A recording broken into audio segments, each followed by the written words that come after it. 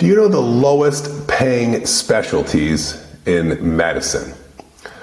Hey, I'm John with Contract Diagnostics, and we live and breathe physician compensation every day, and we keep up on trends, and the trend's been the same for the last 5 years.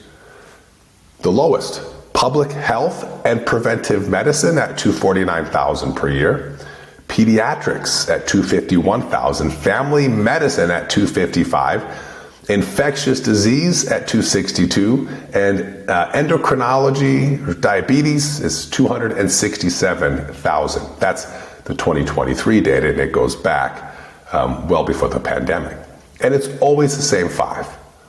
Each one of them have gone up every year, which I think is good. So if you're in any specialty, especially one of those, and you haven't had an increase in the last few years, reach out to us at Contract Diagnostics, or maybe even better yet, just talk to your employer and see if you can get a raise.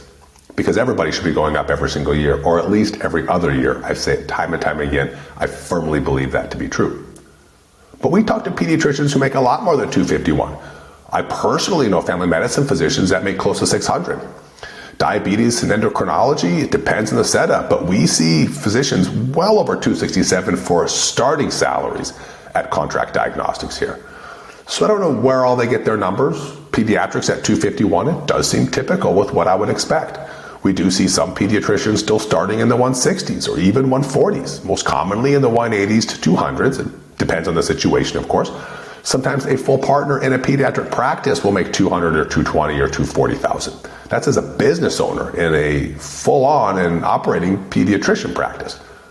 And that doesn't mean that you shouldn't go into one of these specialties, and it doesn't mean that these specialties don't have a lot of negotiating capital. I think all 5 of them definitely do, especially endocrinology going into an underserved area, especially infectious disease, depending on the frame and the situation. We saw infectious disease physicians renegotiate at a very, very high level during the pandemic, and I still think that you guys are extremely valuable and should continue to renegotiate at much higher salaries today. But I mention these because we see physicians who make, $250,000 and some physicians who make $2 million. And while I think every situation is unique and different and independent, they're big numbers no matter how much you're making. The lowest 5 are making $250,000 a year or more.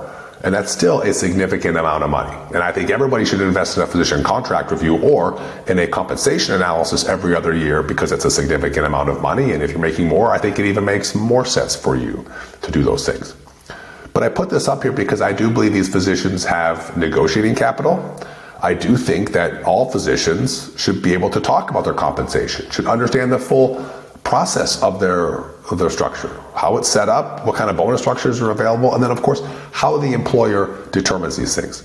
We've seen CMS changes. We've seen some employers, especially if you're a family practitioner and you're paid on RVUs or even pediatrics and your employer is using CMS codes from 2020 or 2021, and they're not using recent CMS codes for your RVU capture, I think you really need to have a conversation with them because it really could impact your structure.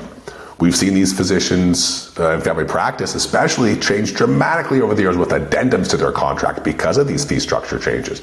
And I think that all physicians should understand if they're offered a change in their in their contract through an addendum with their employer, it's important to know what that means for them and that it's fair.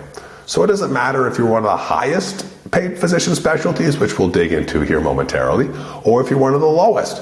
All physicians should understand their compensation structures and have routine discussions with their employers on how they're doing, what they could do to get better, what they do extremely well, and of course, what they could do to move their compensation along a reasonable continuum. I'm John at Contract Diagnostics. I love talking about compensation, and if we can help with you in anything compensation related or contract related, give us a call at Contract Diagnostics. We're always around.